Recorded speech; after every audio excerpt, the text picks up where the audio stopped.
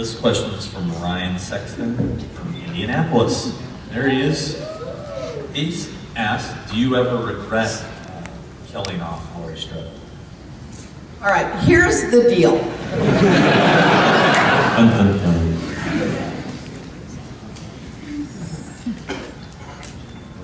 Did Halloween 1, did those other movies, and then I did Halloween 2. John didn't do Halloween 2. I did Halloween 2. You know, picked up the moment Halloween 1 left off. Felt like I should be the same girl. I was very proud to be in Halloween 2. I never intended to be in another Halloween movie. And then 20 years later, 19 years later, I called John and Deborah and said, you know, the movie's going to be 20 years old next year, and we're all still in show business.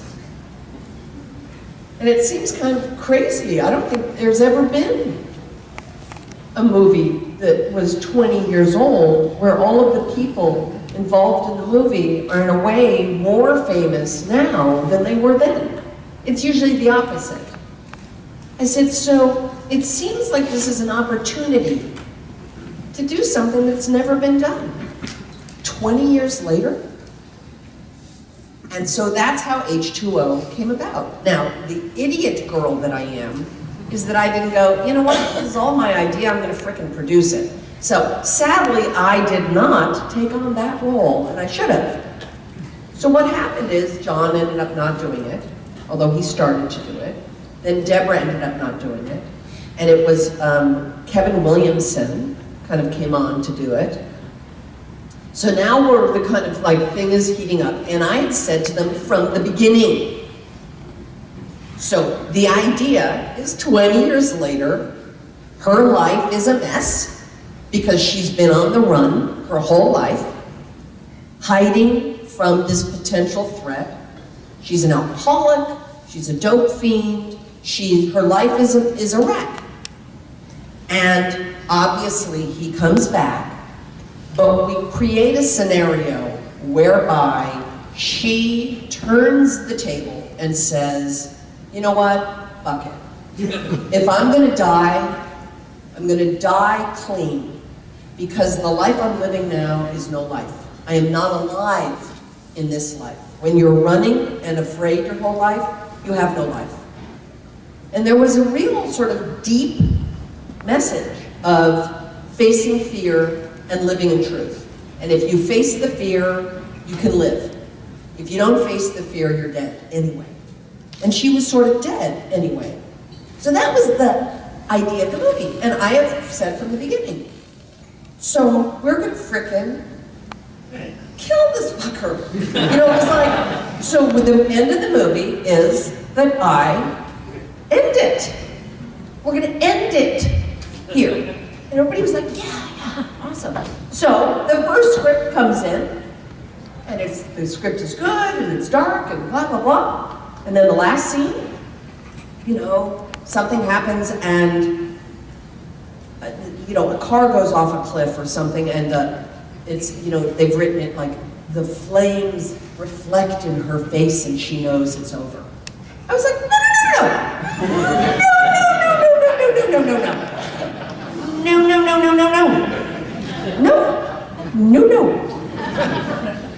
Remember the scene we talked about where he gets pressed in between the Beverly Hills High School pool? You remember in It's a Wonderful Life, you know, when they're dancing and they fall in the pool? That's a real Beverly Hills High School pool. The basketball court is on top of the pool. And it's still there, and it still moves. And I was like, no. This is a private school, she's the headmistress. They have that pool. And no, he's gonna fall into the crack, she's gonna shut the fucking pool on him and cut off his fucking head with an axe. And they're like, yeah, right. Script comes in, end of the thing, the car goes off the fucking cliff, and the light reflects in my face. And now we're like a month away from shooting.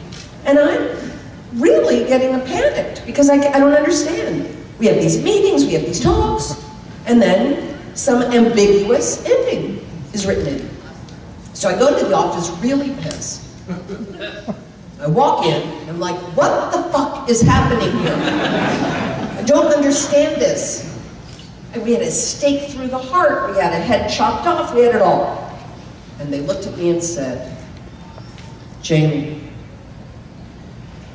there's a clause in the contract with Mustafa Akkad that says you can't kill him.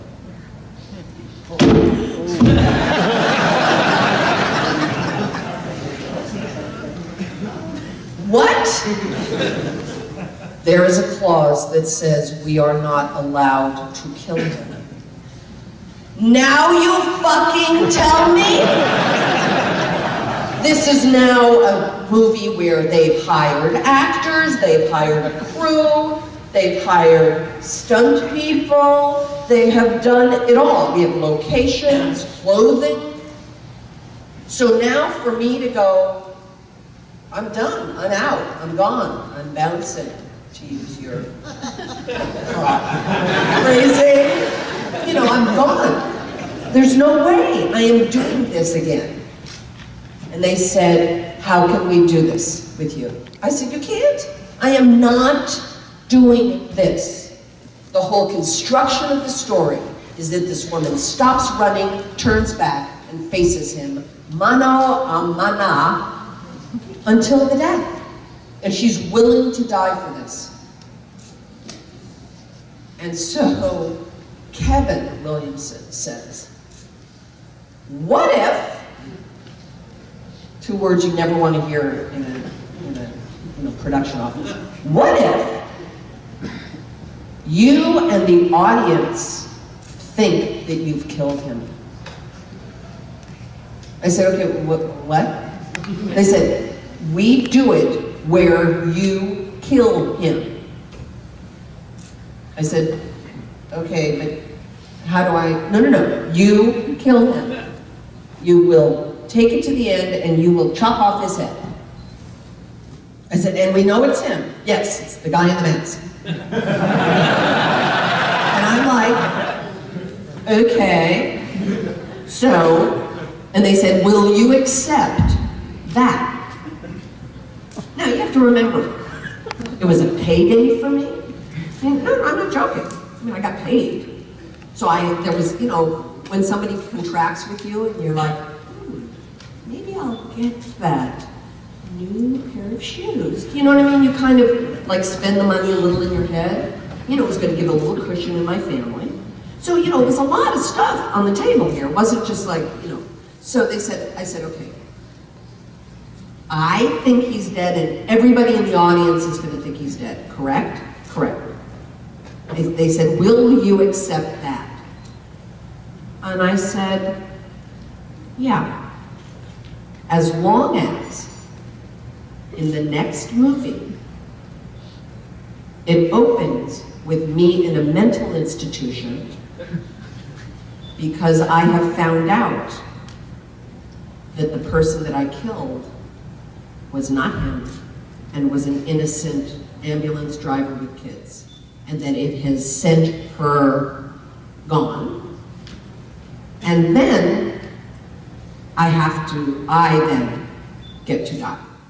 Because I'm not going to just like live like this limbo life. That's not going to happen. And so that's why, sadly, I'm in Resurrection. Sadly.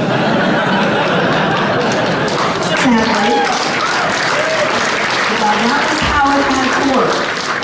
I did that movie in order to satisfy so that when you finished H2O, you all believed and understood, or hopefully you believed and understood that it was him, even though it wasn't.